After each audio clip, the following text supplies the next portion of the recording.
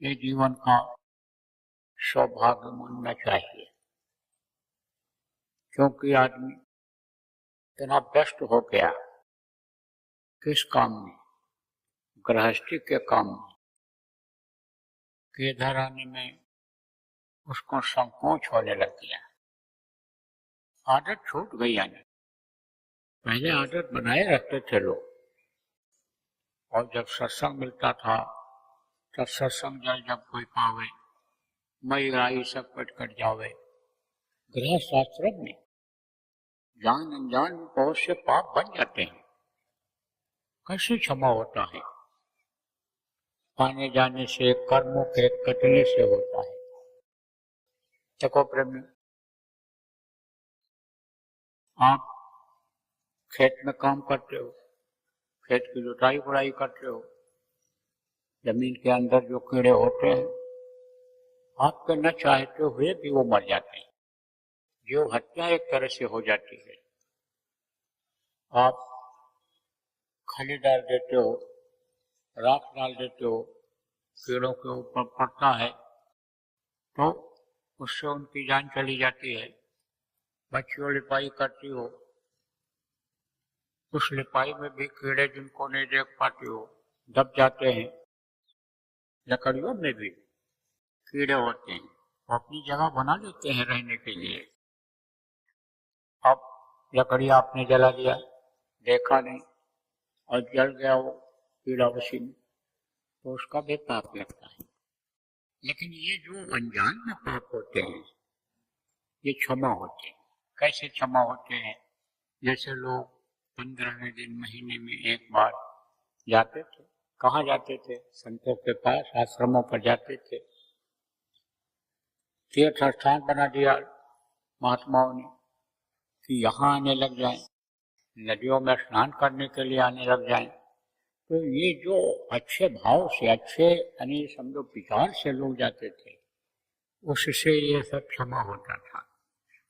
क्या क्षमा होता था? ये जो अनजान में पाप बन जाता था। और नहीं तो कोई चाहे जान में जहर खा ले, चाहे अनजान में खा ले, जहर तो अपना असर करता ही करता है। अब जब से लोगों ने दिखावे का काम किया और बैठे बैठे ऑनलाइन सब धर्म कर्म करने लग गए, कथा भागवत सब उसी में सुनने लग गए, तब से कर्म कटते नहीं है और वही कर्म पे सजा देने लग जाते हैं। इसमें बीमारियां बढ़ जाती हैं, लड़ाई झगड़ा बढ़ जाता है, टेंशन बढ़ जाता है, हर तरह की परेशानियां लोगों के सामने आ जाती हैं। त्योहार किसने बनाया? महात्माओं ने बनाया। हर त्योहार का कोई न कोई मतलब हुआ करता है। ये जो त्योहार जितना भारत देश में मनाए जाते हैं अन्य देशों में नहीं मनाए जाते हैं, लेकिन सुख और समृद्धि अगर देखा जाए तो भारत में ही ज्यादा है। मान लो बहुत पैसा रुपया उनके पास है, मान लो किसी देश में सोना चांदी ही भरा हुआ है, लेकिन जब आवे संतोष धन, सब धन धूल समान, संतोष रहता है आदमी को। देखो पहले के समय में लोग क्या करते थे? दूसरे के धन को जहर की तरह मानते थे। संतोष रहता था कि भाई मेरा यह नहीं है, इसको हमको नहीं छूना चाहिए, यह दूसरे का है। दिन में कमाते और शाम को आराम से सोते थे। फिर ये नींद की गोलियों के कारखाने और दवाइयों के कारखाने ये नहीं थे, ये फैक्ट्रियां इतनी नहीं थी, आराम से लोग सोते थे, संतोष रहता था। लेकिन हविष की नदी हर तरफ बह रही है। इस समय देखो हविष की नदी बढ़ती चली जा रही है। कारण क्या है? कारण यही है कि पुरानी चीजों को लोगों ने छोड़ दिया है। महात्माओं के बताए हुए रास्ते से लोग अलग हो गए, इसलिए सुख तो खोजते हैं लेकिन सुख नहीं मिलता है, शांति नहीं मिलती है। धन दौलत में सुख वास्तव में अगर देखा जाए तो है ही नहीं, मान सम्मान में सुख है ही नहीं, और अगर है भी तो आप ये समझो थोड़े समय के लिए है, अस्थाई नहीं है। अस्थाई का मतलब जो हमेशा रहे।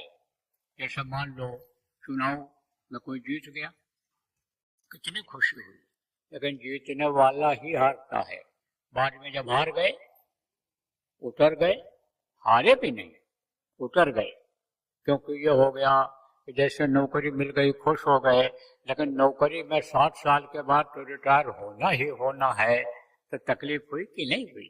तो ये जो दुनिया का सुख है, ये क्षणिक सुख है। ये जो दुनिया का धन है, ये समझो कि ये क्षणिक धन है, ये थोड़े समय के लिए है। इसको अगर आदमी अपना कुछ समझे, चाहे मान प्रतिष्ठा हो, चाहे ये घर मकान हो, चाहे ये बीवी और बच्चे हो, परिवार हो, चाहे हित मित्र हो, रिश्तेदार हो, तो ये सबसे बड़ा भ्रम और भूल है। माया है जगदीश की, अपने कहे गवार, और सपने पाए और राजधन, तो जात न लागे वान। ये व्यवस्था किसकी है? जगदीश की है। जगदीश किसको कहा गया? जो जगत का ईश है, जिसने दुनिया को बनाया है, वो इसका मालिक है। इनको काल भगवान ईश्वर कहा गया, वो इसके मालिक हैं। जब वो चाहेंगे खाली करा लेंगे, खाली करा लेंगे। ये शरीर भी उन्हीं का बनाया हुआ, इसको चाहेंगे खाली करा लेंगे। अब शरीर के साथ ही तो ये सब जुड़ा हुआ है, जितनी चीजें हैं सब शरीर के साथ जुड़ी हुई हैं। शरीर को मकान में रखते हो, शरीर से मकान को बनाते हो, शरीर से ही आप रुपया पैसा इकट्ठा करते हो, शरीर से ही, शरीर के अंगों से ऐसा काम करते हो। चाहे कोई लिखा पढ़ी करके आप कर लो, चाहे मुंह से बोल करके प्रभावित करके कर लो, जो कुछ आप करते हो, जो भी कीर्ति, जो भी यश, जो भी धन संपत्ति, जो भी अन्य सुख परिवार के लिए इकट्ठा करते हो, शरीर से ही तो करते हो।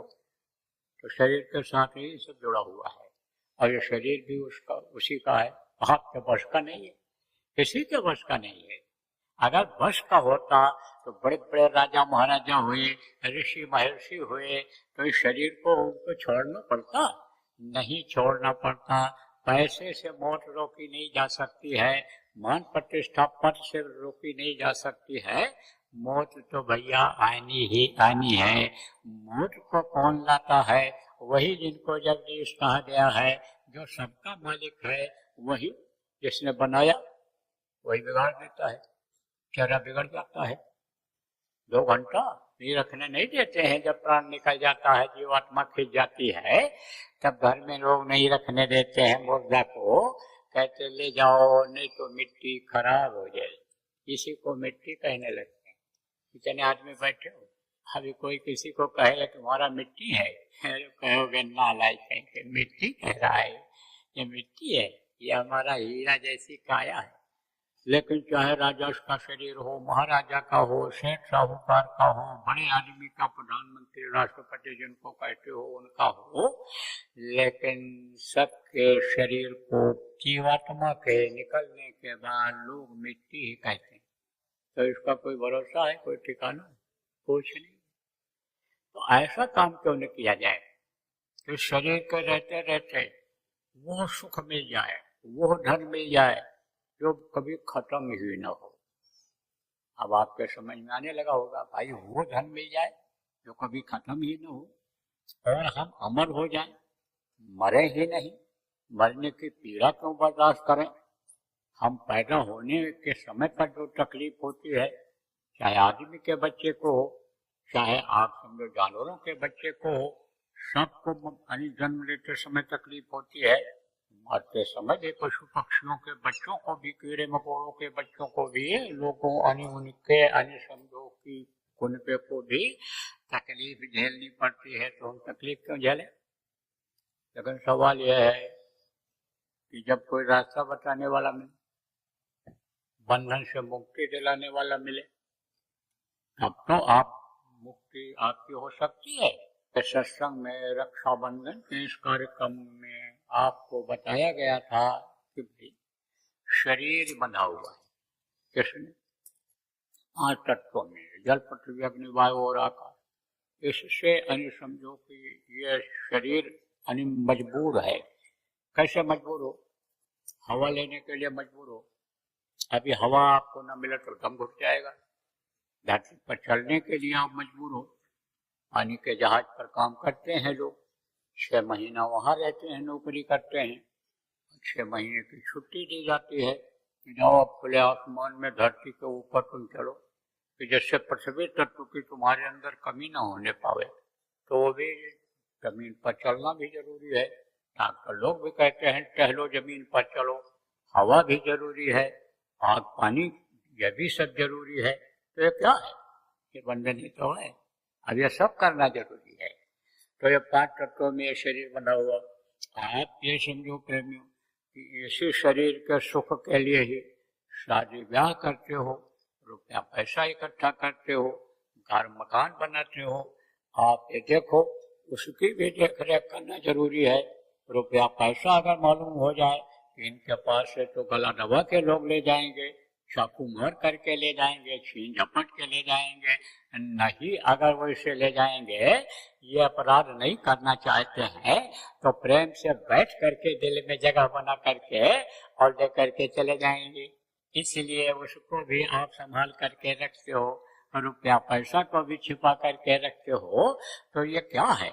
यह है बंधन। अब बंधे हुए हो, औरत है, बच्चा पैदा हो गया, नाती पोता हो गए, बंधन बढ़ा कि नहीं बढ़ा? एक बंधन शरीर का, दूसरा शादी ब्याह किया तो समझो बच्चे हो चाहे बच्चियां हो आप, तो वो बंधन हो गया। औरत का ध्यान रखो, पति नाखुश ना होने पावे, समय से रोटी बना के खिलाओ, उसकी सेवा करो, ये गृहस्थ का धर्म बनता है। तो गृहस्थ धर्म के अंतर्गत ये चीजें आती हैं, तो ये बंधन ही तो है। आप ये समझो कि मान प्रतिष्ठा कुर्सी बचानी पड़ती है, कुर्सी मिल गई तो इज्जत न जाए, नहीं तो दोबारा कुर्सी न मिलेगी, कुर्सी से उतार दिए जाएंगे। तो ये सब क्या है? ये बंधन ही है। तो बंधे पड़े हुए, निकलने का कोई रास्ता ही नहीं। और ये जो शरीर को चलाने वाली शक्ति है जीवात्मा, यह भी बंधन में बंधी हुई है, यह भी ऐसे नहीं निकल सकती है। यह तो माँ के पेट में ही यानी समझो कि बांधी गई 5 शरीर में, ये इससे निकल नहीं सकती है। इसके अलावा भी समझो आपकी इसके अंदर भी में, इसके अंदर इस शरीर के अंदर भी शरीर हैं। 4 शरीर में यह बंद है जीवात्मा।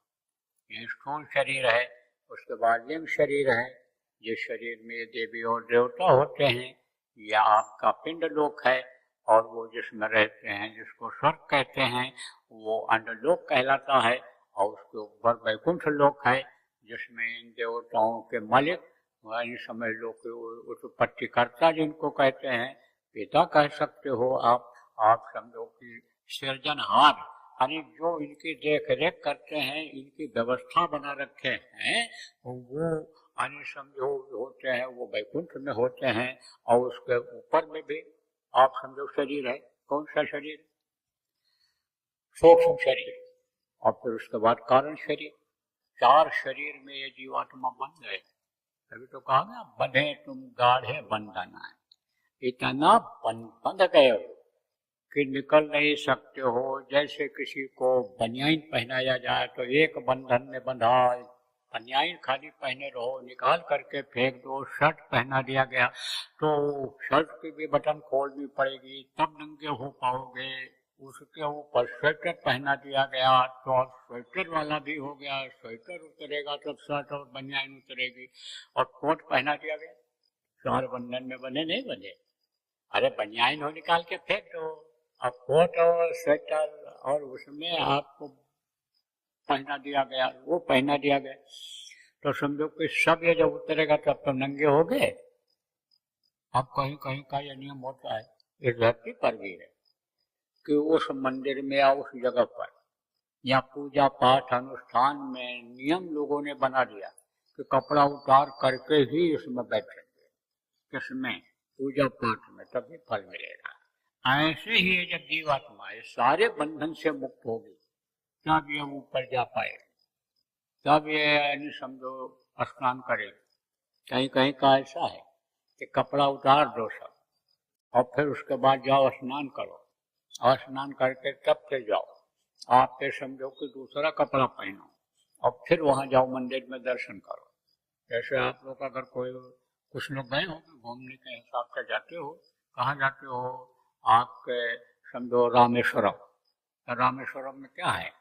रामेश्वरम में जाते हैं, एक बाल्टी नहाते हैं और फिर जाते हैं वहाँ। कपड़ा पहले कपड़ा उतार के लोग नहाते रहे होंगे, और अब तो कपड़ा के ऊपर ही पानी डाल देते हैं, आ जाते हैं दर्शन करते हैं, उसके बाद आते हैं तब फिर नहाते हैं।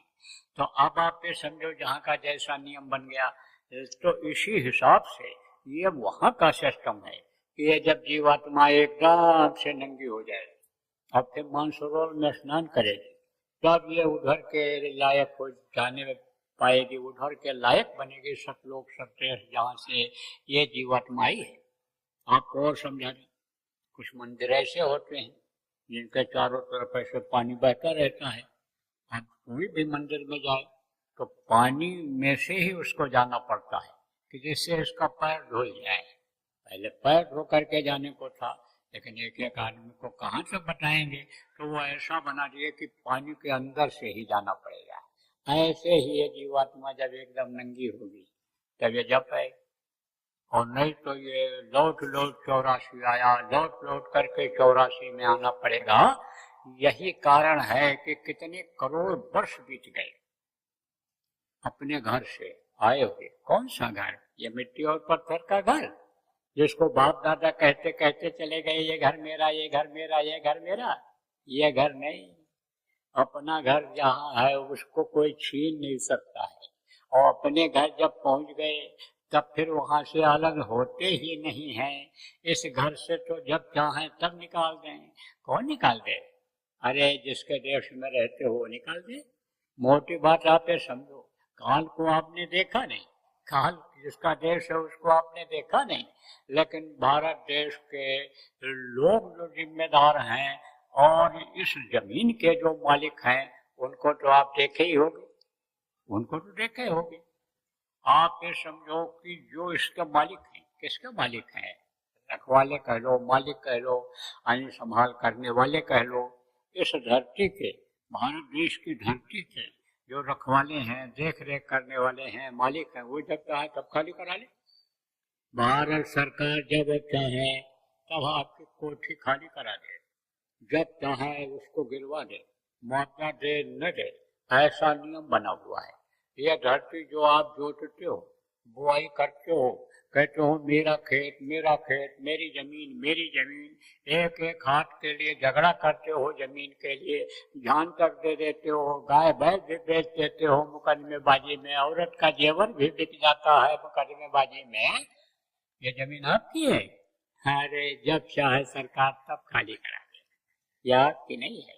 लेकिन अपना घर जो होता है, अपना देश जो होता है, वहां पर उसका अधिकार बन जाता है।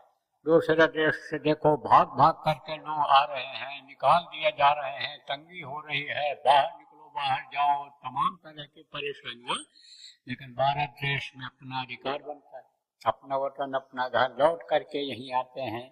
जो जमीन बेच करके, सामान सब अपना बेच करके विदेशों में गए, बहुत कुछ बनाया, बोले 20 साल से कमाई किया, अरबों की संपत्ति बनाया, और सब छोड़ करके जान बचा करके आना पड़ा। अब यहाँ कुछ नहीं, रिश्तेदारों के यहाँ रह रहे, पैसा भी नहीं कि किराए पर घर लेकर के रहे हैं, तो समझ लो ये यहाँ कुछ नहीं है। धरती पर आपका कुछ नहीं है, और अपने घर पहुंच जाओ तो सब कुछ है, फिर इधर नहीं आने का है। लेकिन सवाल ये कि पहुंचोगे कैसे? बंधे पड़े हो, अब बंधन से मुक्त नहीं होंगे, क्योंकि